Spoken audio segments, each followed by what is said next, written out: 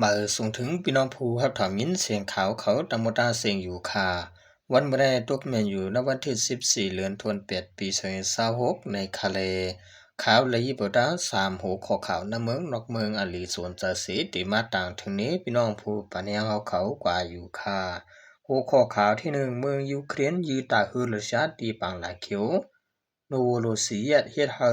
ฮือลู่เหลียวเลยกึดยึดลองส่งมาเขาเต้านำบันซื้อ หัวข้อข่าวที่2เจ้าอนุพันธ์สังฆาไตผู้โฮมปองสร้างการศาสนาและพิงเงไตเวียงเกียงใหม่ลู่หลวนหัวข้อข่าวที่3บางตึกที่เมืองมิตรเจ้าหานศึกมันดูตายวันในข่าววันทั้งสุดในเฮาข่าวกันกว่าฮับถามยินด้วยหัวข้อข่าวที่1เตรียมตามไว้ว่าเมืองยูเครนยืตาเฮรัสเซียตีปังหลายเขียวโนโวโลซีเอตเฮ็ดให้ฮือลู่เหลียวไล่กึดยึดลองส่งมาเข้าเต้านำในจอมกันค่า มินโตรเดมักนูไฟเมืองยูเครนเขายื้อเสอตาหืออันเป็นตาหือหลวงเมืองรัสเซียนั่นสิเฮ็ดให้ตับนำรัสเซียดูเหลียวกว่าเสตาหืออันตัวส่งมาเข้าตะนำ2ตีนั้นไหลกึดยังกว่าแคบหังอันใดหันได้เงาหังซึ่งนั้นหนีไว้ว่าเครื่องเก็ดเขตรวมต่างกะหาวของรัสเซียเขาและยาลูมินโตรเดมักนูไฟยูเครนเขาหาวเฮียงสิฉะนั้นก็ได้หันเอาไฟไม่กว่า8ให้เอาลองตึกยืนในมีคนตายย่ำ2เกาะปะเจิมนางยิงอ่อนอายุ8ขวบก็1เลยโครงการสิติและลูกกว่าสิตุ้มเตอปาโครงเศร้า2ตีตาหือ2ตีก็เลยปิกอึดกว่าซุ่มผมรวม SPU เมืองยูเครนลาดว่าลองอันตึกยืตาหือรัสเซียอันเป็นตับนำเลที่ส่งข่าวสารอันลำลองนั้นเป็นรองลำลองภายแผนการในเสร็จจำจึงยูเครนลาดว่าและยื้อฮือซึกรัสเซีย2ลำฮืออันขึ้นนึกผัง1ลำเยาก็คือเรียบยามแทงลำ1ได้ลูกเหลียวกว่าในเยาไว้เสียรัสเซียตึกโตตาฮือยูเครนอันมีตีปังหลายเขียวอันเป็นเงาหงาการส่งข่าวสารอันลำลองตายูเครนนั้นเยาเมื่อป่นมาหลายวันนั้นยูเครนก็ขึ้นตอกเตียนยื้อขึ้นตาฮือรัสเซียเหมือนกันองค์การผัดผูกซ้อมเมืองยูเครนลาดว่าในเขานัง2วงเดือนออกัสปีในนั้นการส่งออกข่าวสารตกลงกว่า76วักหรือสิมือปีกายในเยาเมื่อเดือนออกัส12วันนั้นก็เมืองยูเครนและมอลโดวาได้ลงลายมือลีโคหมายกัน2ฝ่ายตัดเตต่อส่งข่าวสารโดยเส้นทางรถไฟเตียนติตาหือ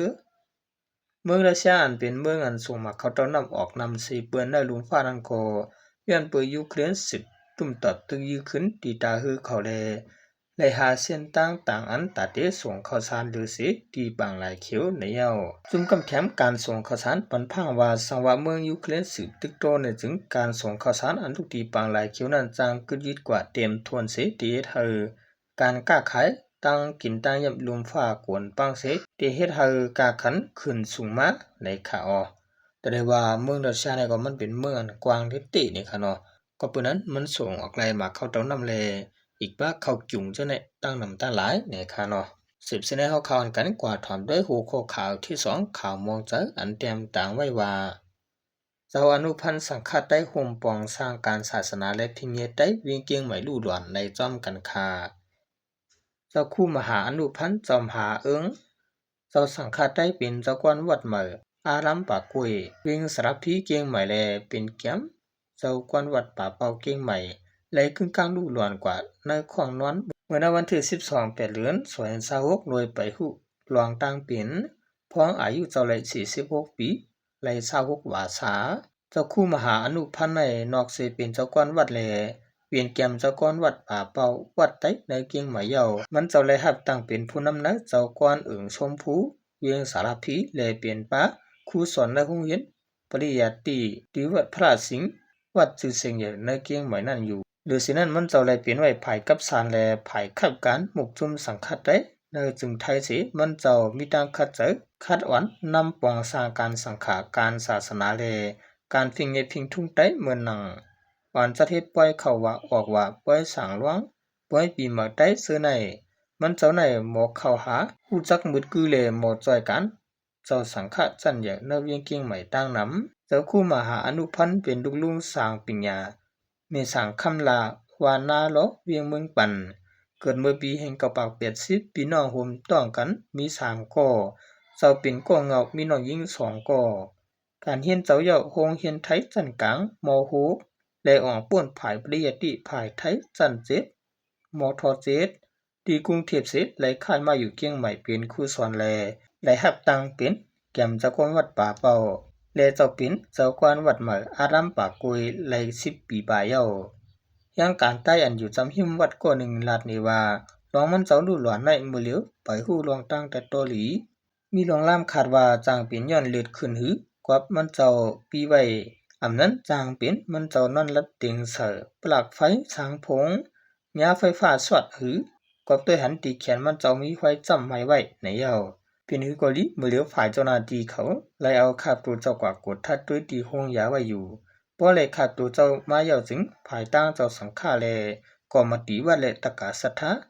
จางเตอุบกุมลองตะวางขับหมายปางจาปณะมันเจ้าว่าไหนในข่าวนี่ก็เป็นข่าวมองเจอตอนแต่พี่น้องใต้เฮาข่าอันหนึ่งในค่ะเนาะเฮาข่าและซุ่มสังฆาเจ้าอันกัดแขนอันหักษาพิงเยพิงทุ่งใต้และอันหักเจอคือใต้กว่าเที่ยงเจ้าหนึ่งเย้าในค่ะ